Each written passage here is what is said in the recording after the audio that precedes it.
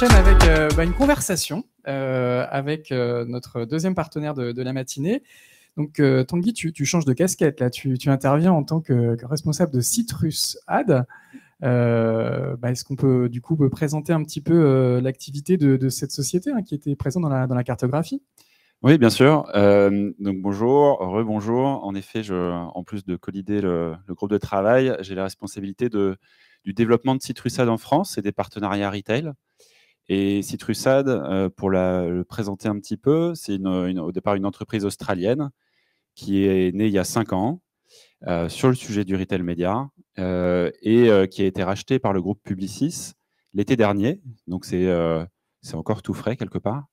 Et finalement, Citrusad, c'est une solution, une plateforme, une technologie qui est centrée sur le retail media on-site, donc sur la partie orange que vous avez vue sur la cartographie tout à l'heure. Et Citrusad, depuis 5 ans, va accompagner des distributeurs dans la monétisation de leurs inventaires on-site pour permettre aux marques et à leurs fournisseurs donc d'avoir des emplacements préférentiels qu'elles souhaitent monétiser et donc sur lesquels les marques souhaitent accéder, pour aller finalement dynamiser aussi les ventes du distributeur et de la marque en question. Et on le disait, donc membre du groupe Publicis, donc il y a aussi des synergies avec Epsilon, j'imagine, au sein du groupe. Oui, tout à fait. Ça a été la volonté du groupe de rapprocher et de finalement rajouter une brique de Retail Media On-Site, parce qu'au sein du groupe, en fait, il y a déjà tout un hub produit au sein d'Epsilon, comme tu l'as mentionné, Jérôme. Et donc, la volonté du groupe, c'est de rapprocher finalement la partie orange et la partie bleue qu'on a vue tout à l'heure, donc le on-site et le off-site, au sein d'une même interface et au sein d'une même plateforme. Parce qu'on a la conviction, finalement, que les marques qui aujourd'hui font du retail media on-site d'un côté, font du retail media off-site d'un autre côté, auront la volonté d'avoir finalement une simplification de l'accès, une seule plateforme pour faire à la fois la partie on-site et la partie off-site. Et puis aussi pour les distributeurs, c'est aussi une opportunité d'avoir finalement une facilité, de permettre finalement un accès plus simple, de ne pas avoir plusieurs outils qui font quelques parties un petit peu partout. Nous, on a la possibilité de faire ça tout en commun.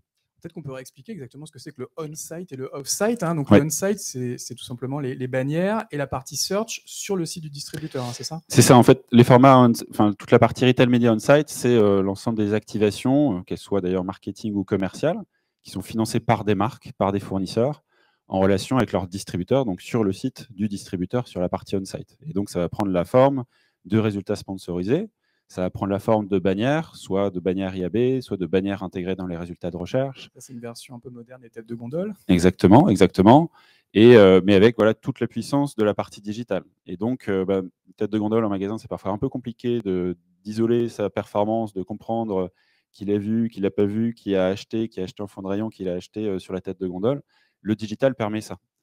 Et donc, dans la plateforme de Citrusad, on va avoir aussi toute une plateforme de partage d'informations en temps réel pour aller, certes, créer des campagnes, mais surtout pour aller mesurer leur performance. Et donc, pour avoir ce suivi, finalement, de la performance des campagnes sur les sites des distributeurs. Et ce qu'on appelle le off-site.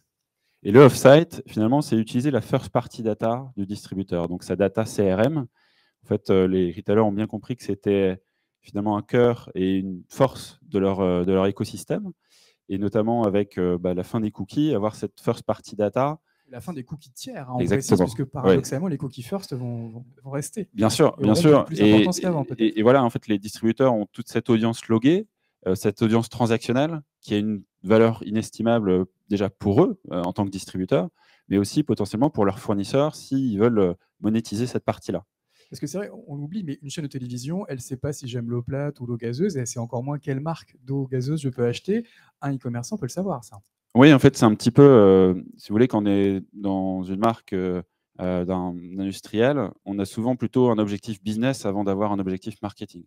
Et finalement, l'objectif business, ça se transforme dans des cibles, dans des profils qu'on souhaite toucher, qui sont plus liés à un comportement d'achat, à une transaction, qui est une data déterministe, et du coup, qui est beaucoup plus solide, finalement, pour aller atteindre un résultat business. Et donc, cette data consumériste, on peut la monétiser en dehors du site du commerçant, dans des stratégies d'extension d'audience, j'imagine, et avoir un revenu indirect, c'est ça? C'est ça, donc des stratégies d'extension d'audience sur l'open web, en social media, en vidéo, en display, finalement comme une campagne digitale classique, et d'ailleurs le shopper ne le verra pas forcément de son propre œil, mais qui va intégrer dans le ciblage et aussi dans la mesure la data d'un distributeur.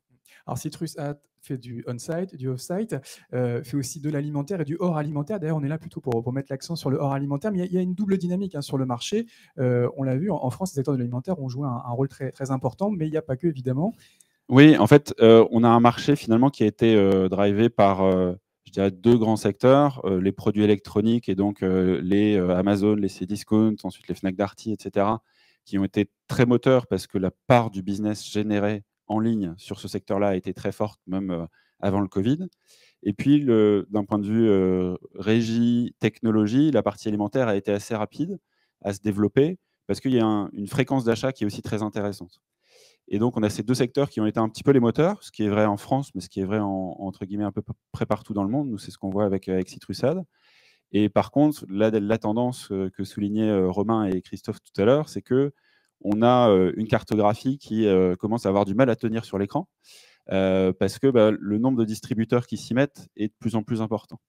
Et on a certains distributeurs électroniques ou food alimentaires qui arrivent peut-être un petit peu après. Donc, ça renforce déjà le côté d'avoir un paysage de ces secteurs-là qui soit plus fort. Mais on a surtout un développement de nouveaux secteurs, le B2B, la parapharmacie, le bricolage, qui sont finalement on sent qu'il y a une maturité aussi d'autres distributeurs qui disent mais moi aussi, j'ai une audience, moi aussi, j'ai un site marchand, moi aussi, j'ai de la first party data et je peux gagner de il y a l'argent. une prise de conscience et ça passe pas forcément par le lancement de sa propre plateforme technologique. On peut tout à fait travailler avec CitrusAd.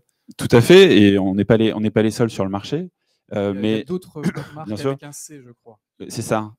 Non, mais c'est important de le souligner. Criteo a été très moteur sur le marché depuis plusieurs années, notamment par des rachats aussi d'entreprises. Et du coup, ils sont encore très présents aussi aujourd'hui. Et ils accélèrent ce développement finalement des retailers. Et on se rend compte finalement par rapport aux solutions technologiques qu'on a souvent des retailers qui vont venir s'allier avec une techno tierce. Alors, ça ne veut pas dire que la techno tierce va toujours commercialiser, et c'est plutôt une tendance inverse sur la commercialisation. On a plutôt les distributeurs qui reprennent un petit peu en main cette partie commercialisation. Pour autant, sur la technologie, ce n'est pas forcément leur cœur de business. Ce n'est pas forcément simple à monter. C'est une technologie qui est jeune. CitrusAd, ça a 5 ans. Criteo, le shift vers le retail média est aussi assez récent. Et donc, il y aura encore beaucoup d'évolution. Et ça demande des investissements importants. Alors que passer par une techno permet aussi de se lancer directement et sans finalement avoir à investir de manière massive en temps, en ressources. Et ça, c'est une vraie tendance. Au final, à la fin, on a surtout Amazon qui a sa propre techno. On a Walmart qui a racheté une entreprise pour avoir sa propre techno, mais c'est des entreprises qui ont une échelle qui n'est pas la même. Et donc, tous les autres, finalement, vont souvent passer par des régies tierces. C'est ça, aujourd'hui, le sujet, c'est ce qu'on appelle la longue traîne. Hein. C'est ces centaines de milliers de commerçants qui, aujourd'hui, n'ont pas vocation à lancer leur propre technologie, qui doivent s'équiper avec des technologies pérennes dans ce monde cookieless. Oui, alors, longue traîne, je pense qu'on n'y est pas encore. Voilà, quand on voit les acteurs qui sont sur la carto, c'est encore quasiment tous des retailers qui sont bien connus. On commence à avoir en effet des secteurs moins connus de tout le monde sur le B2B avec Tech Data. C'est un acteur de l'électronique qui fait plusieurs milliards dans le monde, mais comme c'est du B2B, c'est forcément un peu moins connu. Pour autant, on a quand même plutôt, on va dire, le mid-size, si on peut dire ça, qui se lance sur ce sujet-là. Alors qu'avant, c'était vraiment que les tops et les premiers retailers finalement en France qui se lançaient. Là, on est plutôt sur la partie mid-size, mais on sent un vrai intérêt finalement de tout type d'entreprises, de distributeurs, qui sont peut-être pas encore sur la cartographie, mais dans les discussions qu'on a depuis un an, ça c'est aussi une vraie tendance. Comme il n'y a pas un coût d'implémentation pour lancer cette partie-là, finalement il n'y a pas de frein pour y aller.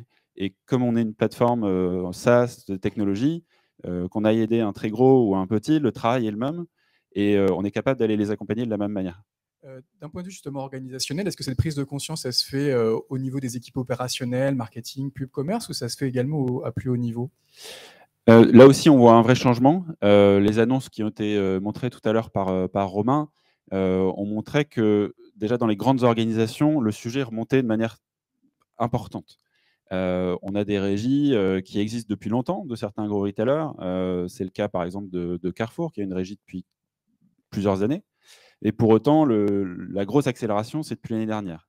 Donc on sent que pour les gros, on a une remontée un petit peu de ce sujet-là en haut de la pile, parce qu'il y a un besoin d'aller financer la croissance et le circuit e-commerce, qui est un circuit qui demande des ressources financières et humaines. Et donc le retail média peut y répondre en termes de nouvelles lignes de revenus pour eux. Et puis après, on a les petits qui finalement sont dans une dynamique où en effet le sujet remonte parce qu'il y a la même dynamique de revenus. Et même s'ils ne se sont pas créés avec une petite équipe qui gère une partie de trade marketing qui se transforme en retail média, finalement, il y a une vraie volonté de faire remonter le sujet à une direction générale, à une direction commerciale, à une direction trade marketing, marketing, média, parce que c'est un sujet de transformation aussi pour eux. Alors justement, parlons de transformation. On vit une année 2022 très compliquée. On sort d'une crise sanitaire, on enchaîne avec une terrible crise en Ukraine et puis tout le corollaire, problème économique, problème énergétique. Est-ce que malgré tout ça, le retail média, ça doit être une priorité pour les marques aujourd'hui, pour les distributeurs ? En fait, c'est une priorité à la fois pour les distributeurs et pour les marques, parce que finalement, c'est un levier de performance commerciale et marketing pour les marques. Et c'est un levier de performance business, et notamment de marge, parce que c'est une activité, contrairement à la distribution, on va dire, classique, qui est orientée finalement sur un gros volume, mais des faibles marges. Là, on est sur un peu l'inverse, c'est-à-dire qu'il y a moins de volume, mais par contre une marge très importante. Et donc la contribution à la marge de ces activités publicitaires peut être significative pour un distributeur. Exactement. Et dans la période actuelle, avoir cette partie de marge qui est plus importante dans son business, c'est central dans les stratégies des entreprises. Et c'est pour ça que ça remonte aussi dans les directions et dans les codires sur la prise en compte du sujet. Et du coup, ça permet de financer précisément ces investissements et cette transformation digitale des retailers. Oui, tout à fait. Ça permet beaucoup de choses. Ça permet en effet d'aller financer d'autres parties de l'entreprise. Et aujourd'hui, les parties de l'entreprise chez un distributeur qui évolue, finalement, c'est cette partie commerce où on a des nouveaux canaux au sein du e-commerce qui se créent, on a des nouvelles façons de livrer, on a des nouveaux sites à mettre en place qui peuvent avoir un certain coût. Et donc, cette partie retail média va potentiellement aider ces retailers à se développer là-dessus. C'est pour ça qu'il y a des grandes ambitions. On n'est pas encore chez tous les retailers français à un niveau de volume et de marge qui est très important, mais ils sentent que finalement, il faut prendre le train en marche et qu'il y a, et on est pas mal autour de la salle pour en parler, une dynamique de la part des marques, de la part des agences sur le sujet, parce que c'est un levier qui répond bien sur on va dire la partie commerciale, mais aussi sur cette partie marketing et notamment par rapport à la first party data. On n'a pas donné beaucoup d'exemples. Est-ce qu'on peut quand même partager des use cases en France ou à l'international ? Oui. Donc, même avant le rachat par Publicis, donc CitrusAd n'était pas lancé en tant que tel en France, mais il y avait déjà des retailers qui étaient partenaires de CitrusAd, avec qui on était partenaire. Donc, c'est le cas de Tech Data que j'ai cité tout à l'heure sur la partie B2B, qui est le leader du B2B sur tous les produits électroniques. Et on a d'ailleurs des distributeurs qui viennent se fournir chez Tech Data. Donc, c'est un marché un petit peu différent parce que c'est un achat de 300 serveurs, de 400 ordi, etc. Donc, c'est un marché assez différent. Ça s'est bien passé, le déploiement, ça a été rapide, oui, alors, ils ont vu des résultats. C'est vrai que Tech Data, c'est un acteur qu'on accompagne depuis plus de 2 ans dans 18 pays en Europe, parce que Tech Data est une même entité, mais à travers différents pays. Donc, la plateforme permet aussi de se dire, j'ai un retailer, mais qui a peut-être plusieurs enseignes ou plusieurs pays, et je peux directement, avec la même interface, gérer tous ces pays d'un coup. Et donc, d'ailleurs, on voit des tendances où on a certaines marques qui faisaient que du local et qui commencent à faire du régional, avec des budgets régionaux. Donc ça aussi, c'est une étape de maturité, à mon sens, sur le sujet de la part des marques. Donc en effet, il y a ce côté accélération. Et puis, c'est des distributeurs, même s'ils sont B2B, qui ont des équipes en place pour aller gérer ce que permet la plateforme CitrusAd. Donc la gestion des campagnes, la relation avec les marques. Et donc les marques derrière, c'est des marques d'électronique qu'on connaît tous. C'est les Dell, c'est les HP, c'est les Samsung, etc.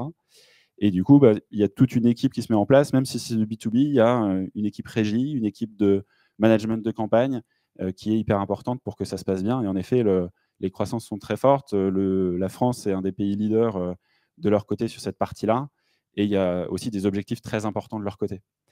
Donc, Tech Data est un exemple. DocMorris, c'est un autre exemple. DocMorris, c'est un site qui s'appelait avant DoctiPharma, qui est un groupe européen de parapharmacie en ligne, et aussi qu'on a commencé à accompagner dans d'autres pays en Europe, notamment en Espagne, et puis on l'a développé ensuite en France. Et puis, plus récemment, on a eu le plaisir d'avoir le groupe Kingfisher, donc Castorama et Brico Dépôt, qui nous font confiance pour aller les aider à gérer cette partie retail média on-site sur le site de leurs enseignes. Très bien, donc on peut faire du retail média dans l'alimentaire, on peut faire du retail média hors alimentaire, dans le B2B, sur des sites, sur des marketplaces aussi, on n'en a pas parlé, mais c'est également possible. Oui, tout à fait. Les marketplaces, Doc Morris est une forme de marketplace. Après, on accompagne beaucoup d'autres retailers en Europe et dans le monde sur des sujets marketplace. C'est le cas d'un PC Component Test en Espagne, d'un MediaMarkt en Allemagne.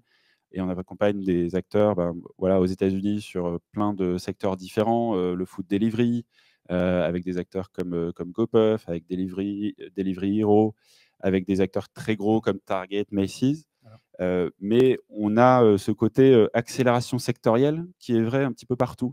On sent que finalement, il y a un niveau de maturité où les retailers électroniques et alimentaires ont fait les premiers pas. Et maintenant, ça se diffuse, notamment grâce à cette technologie. Ils sont conquis et ils accélèrent. Super. Merci beaucoup, Tanguy, pour Merci à ce toi, témoignage. Jérôme. On peut l'applaudir. Citrus Ad, le nouveau nom du retail média en France et pas que.